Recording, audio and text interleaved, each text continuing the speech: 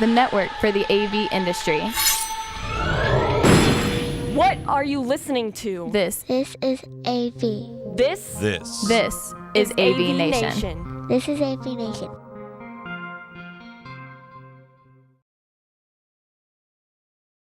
PICO.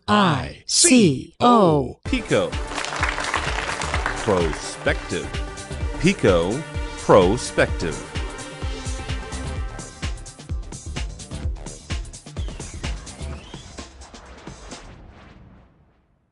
And welcome to another edition of PICO Prospectives, your source for PICO projection information and news. I'm your host, George Tucker. Actually, I'm the producer, the host of the show. We do it in collaboration with the folks at PICOPros.com. They are Rich and Paul Marganski. Gentlemen, how are you? Great, George. Very good. How are you? All right. Those watching live know that they got them to see the sausage being made for a moment, but that's all right. Oh, boy. So, and today, we're going to join with a very special guest, somebody that once Paul and Rich showed me who they were, I was excited as all get out to hear about what they do. They are from OMPT. That's one mobile projector per trainer or teacher, which we'll get into later. They are Claire and Matt. Welcome to the show. Hi. Hi, thanks. All right. We really want to get to you guys in a minute. But as always, gentlemen, we start with some news. First off, you guys have an announcement about your YouTube page, a milestone of sorts. Absolutely. After nearly 4 years, we finally hit 1 million video views on our YouTube channel. It's been a long time coming. Yay. So we're over 1,000 subscribers and 1 million views. So now we're really legitimate, I would say. Legitimate. There you go. Relevant. Maybe. And Paul, right. you were showing me earlier. You have some as well. You have some other products you guys are going to be reviewing very shortly on your page. So just to give you guys a little bit of an update on some of the products that we'll be reviewing or have reviewed on. This is the Acer C205 small projector, about 200 lumens, nice resolution, a lot of capabilities. This is an upgrade to the Acer C120. So we have a lot of videos already on our YouTube page for this projector, how to connect it to a laptop, the display performance and whatnot. So check them out. So we have done reviews on that one. And we also have this one upcoming. We haven't done anything for this one. This is the Philips PICO projector. A little bit lower power, 75 lumens I'd say, but it's really, really small in comparison to this other one, so you get a little bit of less power, but a little bit more portability. So more to come on this one. Yeah, stay tuned for the full reviews on our How do YouTube they compare channel. lumen-wise? Well, the large one here, the Acer C205, this is there's two modes. There's an eco mode if you have it powered on without power from the wall, so just the battery alone, it's about 150 lumens. If you have this powered to a wall, you'll get 200 lumens. And it doesn't, I should qualify, 200 lumens doesn't sound like much when you're an AV professional, let's say, as yourself, George, but in person, 200 lumens in a reasonable environment can produce a beautiful 5-foot image in moderate lighting. It's surprising. Yeah, we do a video where we play some games. Play a little bit of Civ 5 on this, so it does a great job. I do have to say we got about a 48-inch diagonal image, and it's a really good quality in a like a darker room setting. It's almost equivalent to like a normal LED TV. It's hard to really tell the difference, to be honest. So here, if I could kind of show. Anyway, that's that one. This one, I mean, it's it has a different purpose. So it's not really meant as a home theater projector. This one, there you go. You're blinding the audience there. But this one's about 75 lumens.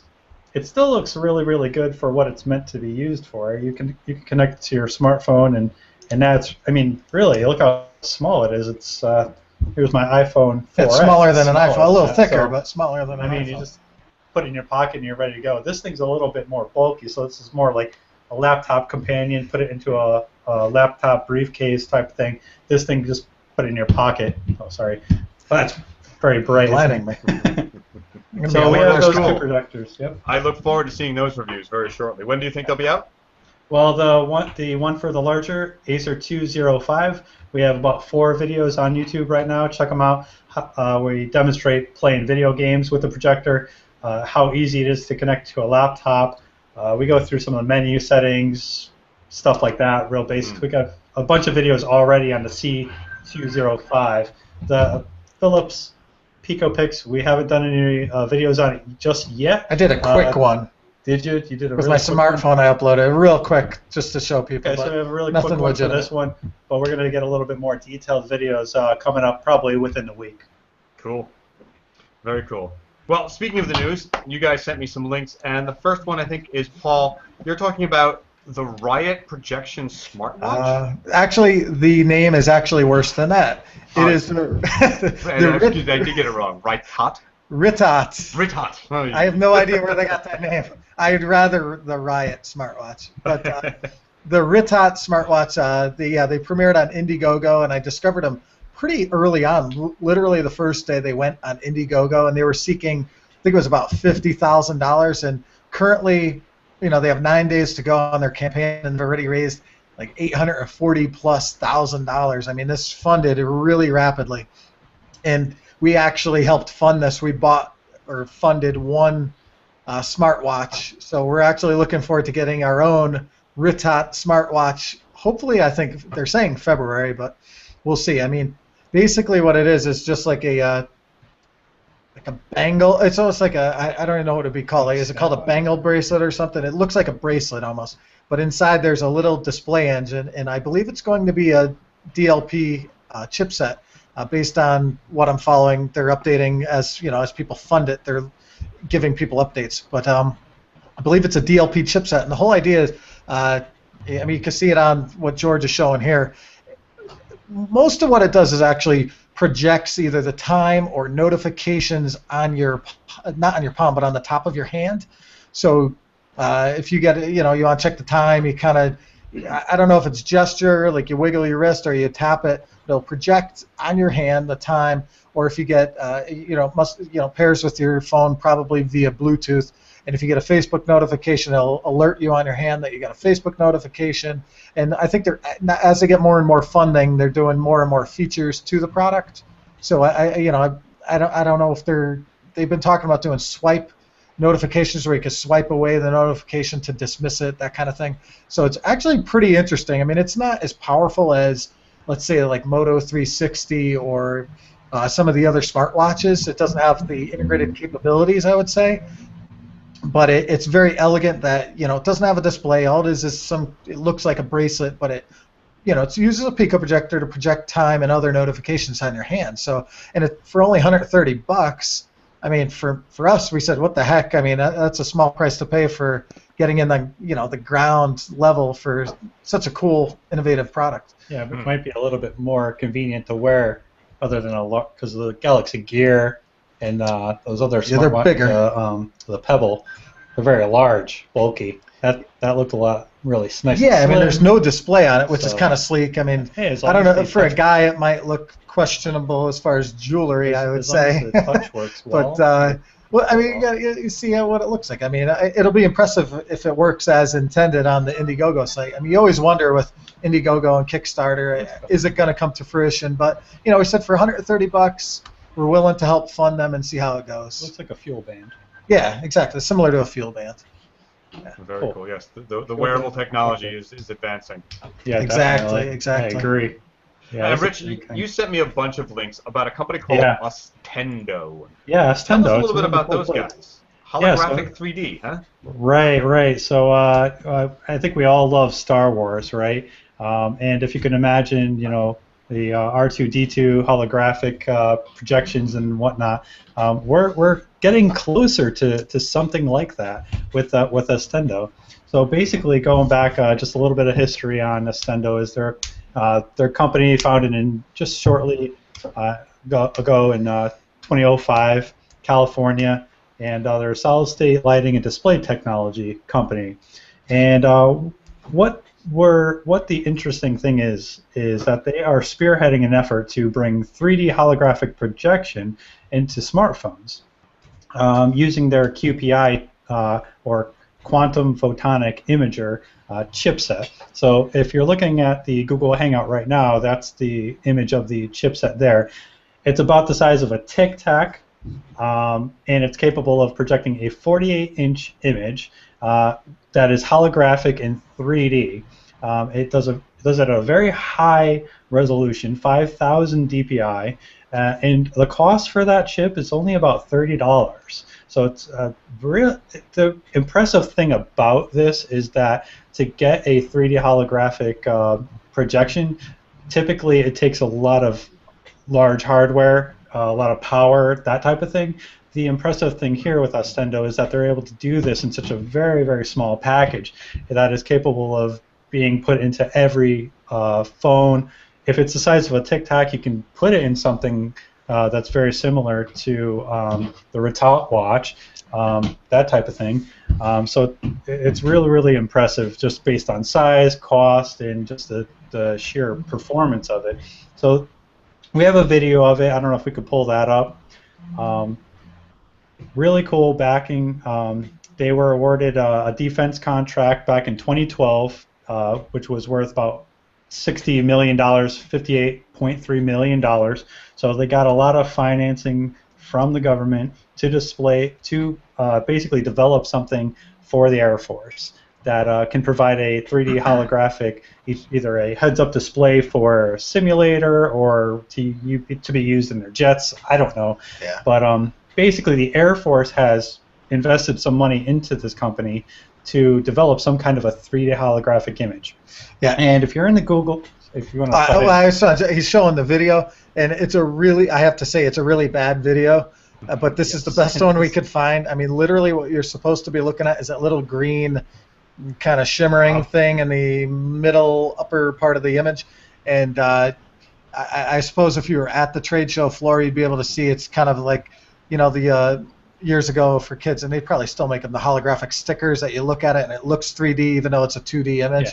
So that's kind of what they're doing here. Well, what that is a diffuser. It's just what they have. They actually take that diffuser away, and you can see the actual projector image. But yeah, it's I mean, the fact that they raised almost $60 million.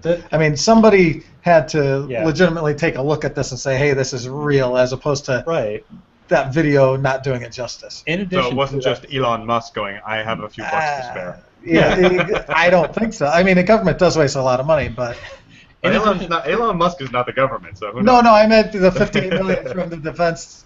But the thing is, in addition to the $60 million contract that they've got, they've also, in total, they've been able to fund $130 million based from venture capitalists and whatnot. So there are definitely people interested in this. So so they're on a plan or a contract to deliver something to the Air Force by 2016. The chip that that we were talking about that they're planning to put into phones and whatnot, they expect to have something ready by the middle of 2015. So I don't know. It may be soon where we're going to see little projectors of Obi-Wan Kenobi or whatever. I'm skeptical on this only because, much like 3D televisions, does this go the way of 3D TV where everybody thinks holograms are like awesome and it doesn't have a practical need? I suppose in gaming it'd be kind of cool, but this is a 3D holographic image that you don't have to wear a special pair of glasses. Sure. I mean, sitting at home with a special pair of glasses. I don't know. Well, you know what? That bridges just nicely, though. Let me take that opportunity to bridge through something. Sure. They could go on forever. Bridges really nicely into our guests, right? Sure. This is Claire and Matt. Sorry, I'm going to get your. I want to make sure I get your names right. It's Matt York and Claire Pelley. They are from OMPT. That is One Mobile Projector Per Trainer, or if you go to their Facebook site, it's One Mobile Projector Per Teacher. Welcome to the show. This, I think, is a good transition for you on you guys actually using this technology. Often on this show, we have people write into us going, "That's nifty, but what real purpose? What can I do with these things that's of any value other than being just a fascinating toy?" So Matt, let me start with you, and first off, let's start with where you started from. You're not just from this project, but you have a history in the video industry itself, yes? Yeah, and nice to meet you, George. Hi guys. My genesis in this industry began in 1986 when I founded Video Maker magazine. It's a magazine aimed at amateur and semi-professional videographers. I've never heard of it. You're too young, Rich. Well, yes, but I have to say that actually I have heard of it, being in the industry from a tender age and of being of a certain age. I do remember it very well. In fact, we have it up on screen now. It is now a website only, right? I don't believe it's a print publication anymore. No, it's both. The It is magazine, both. Good. The magazine reaches about 50,000 people, and the website about 500,000. Wow. Oh, yes. Very nice. And you guys review everything from the latest technologies to the application of, etc., right? And how-tos and make the best of. Yeah, really. So it's cameras, camcorders, editing solutions, and we just a little bit of dabbling in display or projection. So that's not really our bailiwick. But on the screen now is the website for our nonprofit, One Mobile Projector per Trainer. So talk to me about that. Now, this is what the really interesting stuff is, and everyone watching. You guys are actually using this technology for more than just, say, a prosumer, consumer, fascinating toy on Gizmodo or Mashable or Wired. You guys are actually using these tools to create, well, solutions.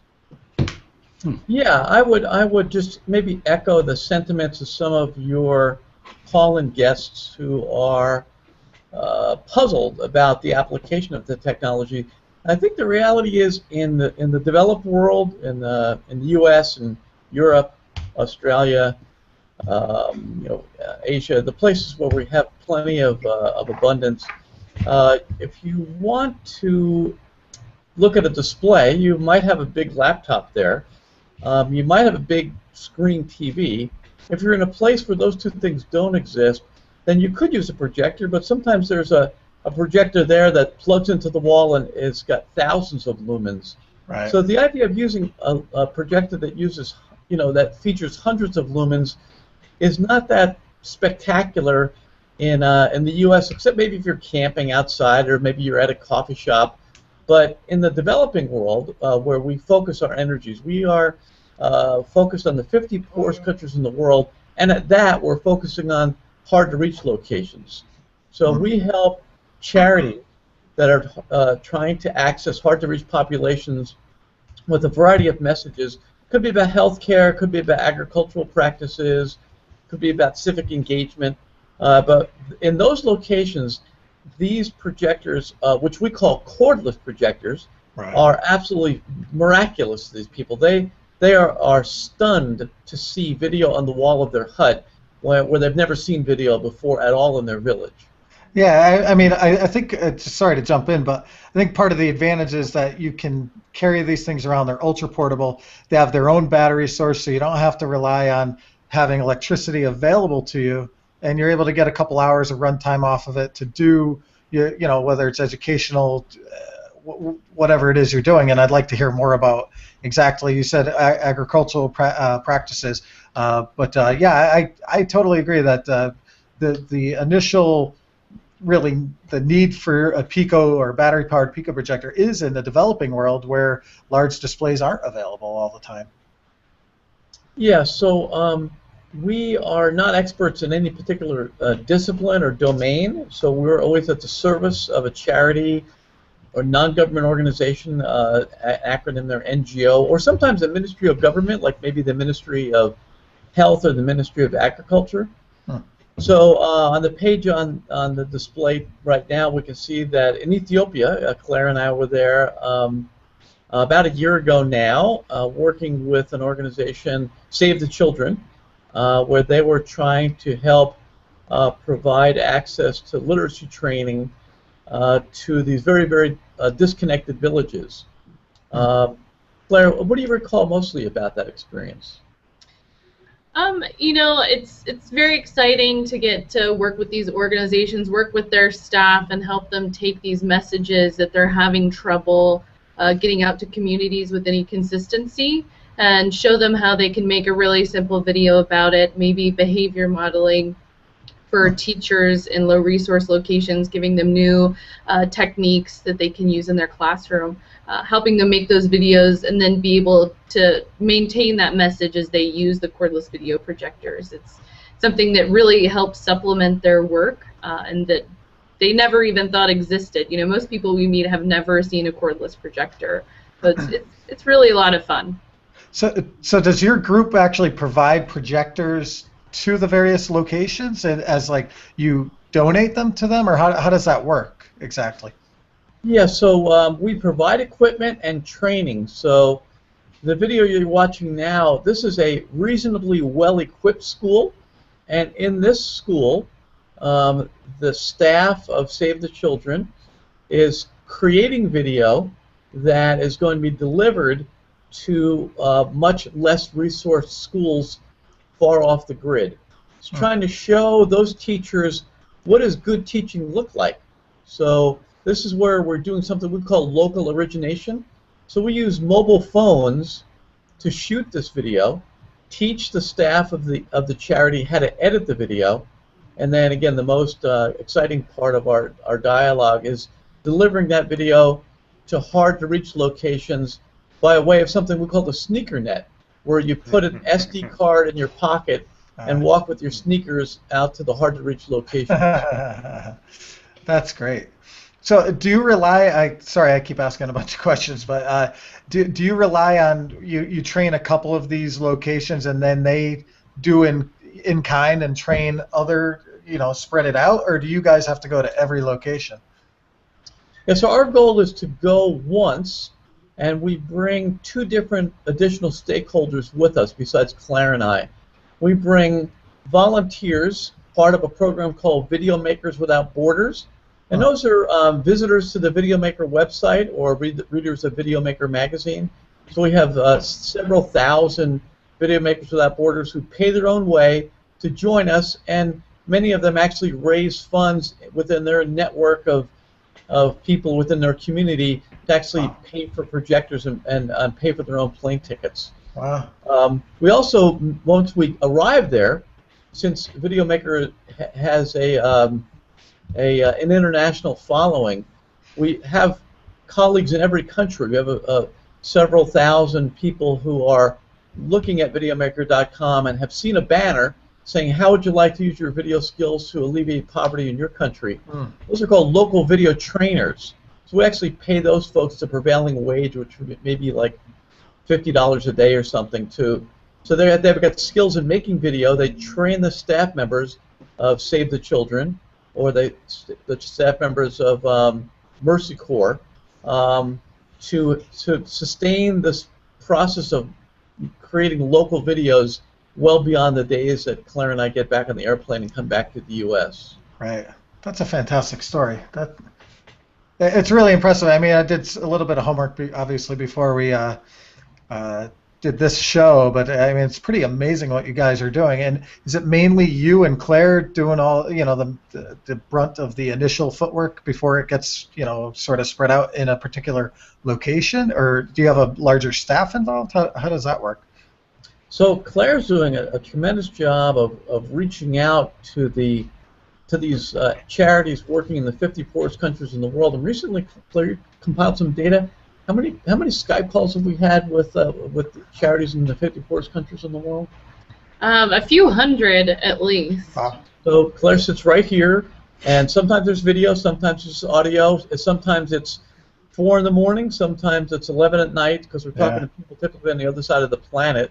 So we have a newsletter that we send to those folks. So Claire's doing her best to develop these relationships where they would sign a memorandum of understanding, which would lead to a 4-day training program attended by anywhere between 15 and 40 people. Wow. So we do that. We bring 1 or 2 Video Makers Without Borders with us, 1 or 2 local video trainers, and in the process of 4 days, we teach them how to make very simple videos, simple cuts, and get them onto the projectors.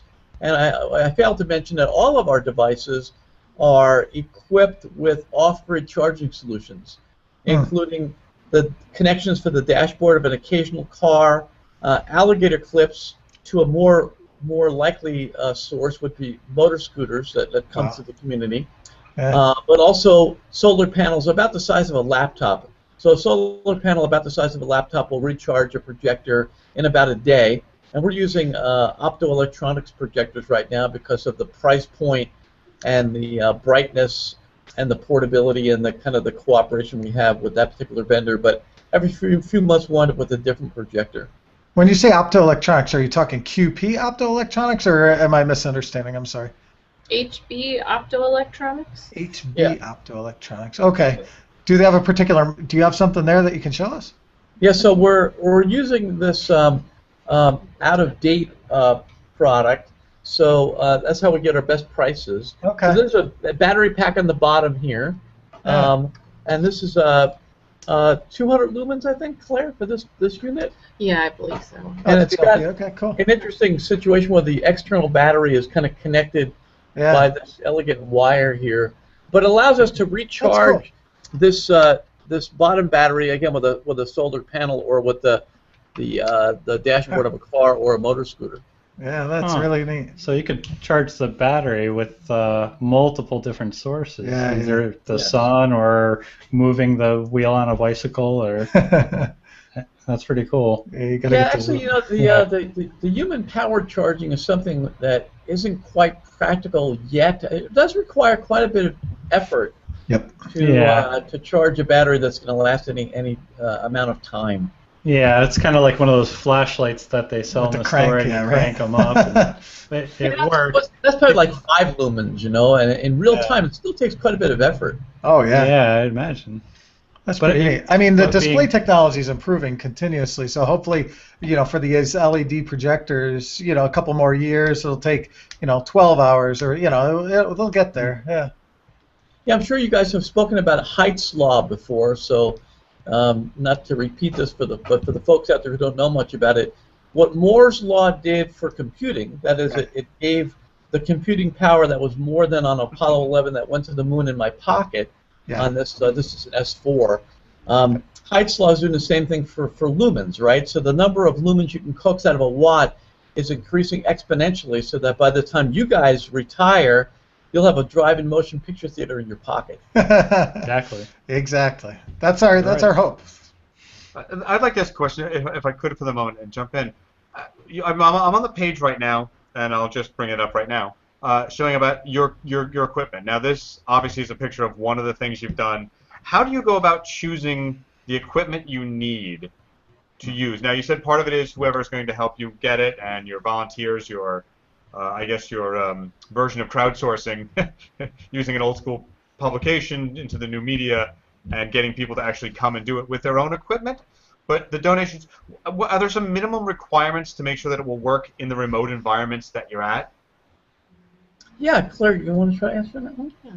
Well, everything that we bring needs to be able to operate in a low-resource environment, and there are some conditions that the equipment's going to be used in that's a little bit tougher than using it in our backyards or in a coffee shop, something like that. So, you know, it needs to hopefully have some water resistance or be able to be around humidity or, you know, be able to be around lots of dust and things like that. We want something that's easy to carry. Specifically when it comes to the projectors that we're using, we really prefer something that has a removable battery so that we could buy 2 or 3 of them. So one can charge and we can put one that has a full battery into the device and continue to use it.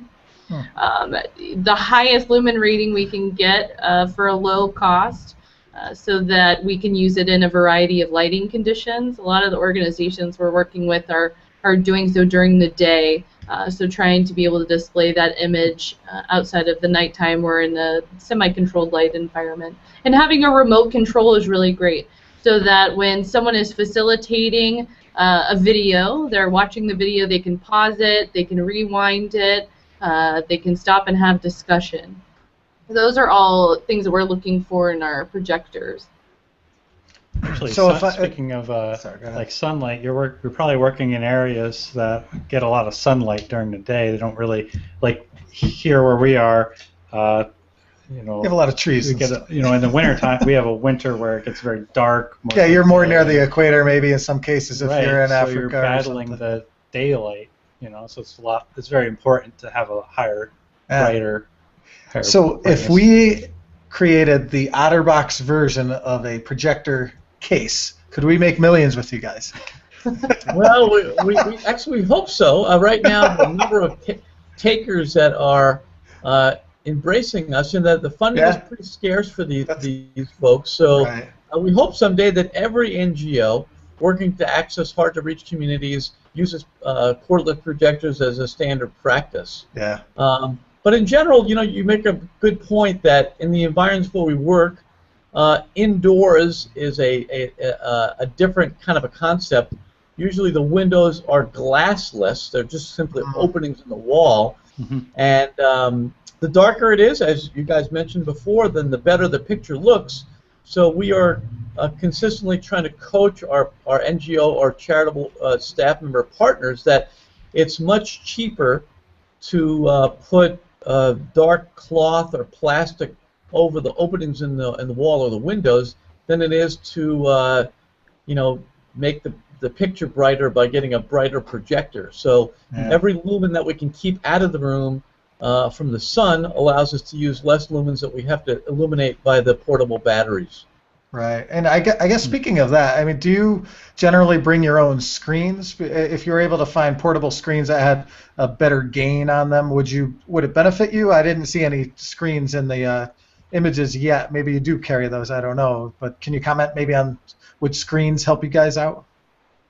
Yeah, so we really are using guerrilla tactics there. So, a screen, even a small one, actually is the biggest thing that we would bring with us. It's going to be at least 24 or 36 inches long. Exactly. In Panama, what we did is that we worked with the charitable organization there. We went shopping in the capital city. In that case, it was Panama City.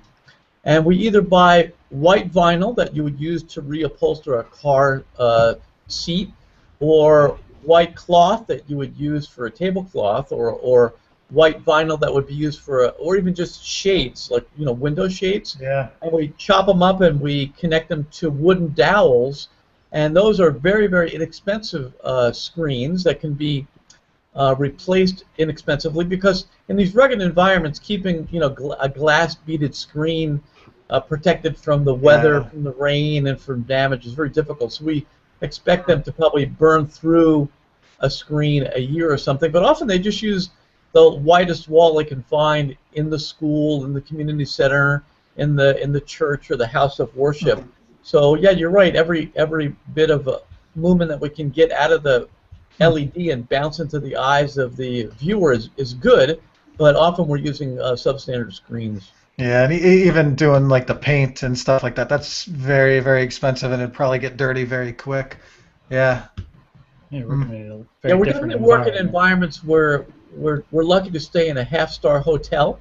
Yeah, right. And the conditions really are quite deplorable. So things you see on TV, that are disturbing, it's still, video doesn't quite do it justice.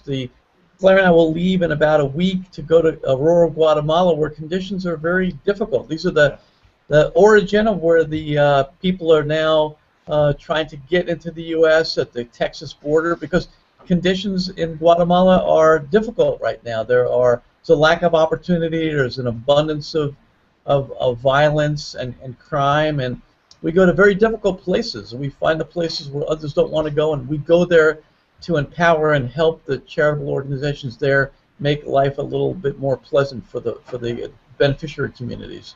Yeah, I mean, that's extremely admirable that you guys do this. First of all, so as far as funding, how can we maybe in some small way help you as far as getting viewers to help fund your organization? Is there somewhere they can go to donate toward your toward OMPT and helping these other countries? Yeah, there's a well, you've been really generous in showing the website during our interaction today, so thank you so much for that, you guys. Anybody who's out there and is moved to participate can spend time on the website to learn even more about what we do. You can sign up for our newsletter to take a look at where we're going next and what we're up to, the equipment that we're using. But also you can make a donation. You could become a video maker without border if you want to join us someday and help raise funds in your community, perhaps, and join us. Or you can just simply make a donation. Donations could be small or large. It could be enough to purchase a projector or a kit. We have these kits we bring out with us, the production kits, the projection kits, and the recharge kits. So we would really welcome anyone out there who has been fascinated by this incredible technology, but feels moved to empower those people who are the most underprivileged in the world, that they can benefit from this. So yeah, it would be great to encourage your community to visit our website and make a donation. And that website, of course, is OMPT.org. If you're watching the video, of course, you can see it in the lower third. But if you're listening to the iTunes or the Stitcher podcast, again, it's OMPT.org. Or on Facebook, of course, you are One Mobile Projector, or One Mobile Per Teacher. Yeah, I can give you a little backstory there. We got some time, George? Yes, of course. So the company's about 8 years old now. And when we began, there were not 6 years old.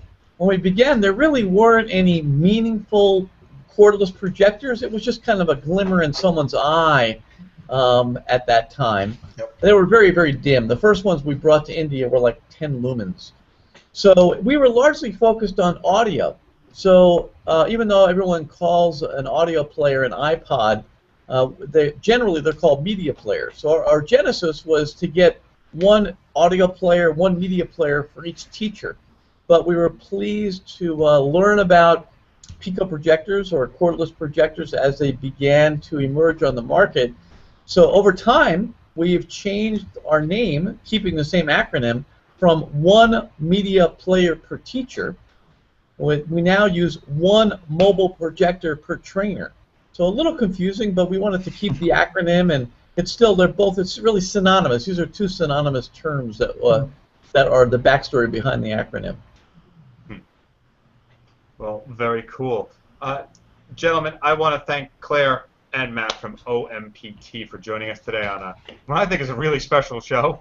You guys do some great work. People who want to donate, who want to volunteer, who can just give their time, certainly can go to your website and talk to you guys about all of that. Again, it's omp.org for those of you listening only on audio. We are, again, 30 minutes always seems to fly by for us. Rich and Paul, anything to add at the end of the show? No, just thank you, Claire and Matt, for joining us. Yeah, it's really cool. enlightening. I hopefully we could do this again if you have a specific project you guys are coming up with that you want to promote, or something. If you ever decide to do Kickstarter or something to really focus around one particular project, we'd love to help you out. It's a fantastic cause. Mm-hmm. Well, thank you so much. You guys have been very generous, and getting the word out is really a big part of the challenge before all of us. So thank you for having us on the show. Absolutely. Thank you. Well, this is one of those shows where you as a technologist or a technical person can actually help. This is what crowdsourcing is all about, and this is what the guys at OMPT are doing. Check out Video Maker. Check out OMPT. This is PICO PROspectives with the gentleman at PICOPros.com. It's a production of AVNation. AVNation.com, where you'll find this show and many more technically AV industry-related shows about AV applications, higher education, technology, and more. Please stop by the website at avnation.tv, sign up for our newsletter, and subscribe to our YouTube page. Thank you for watching. This has been PICO PROspectives.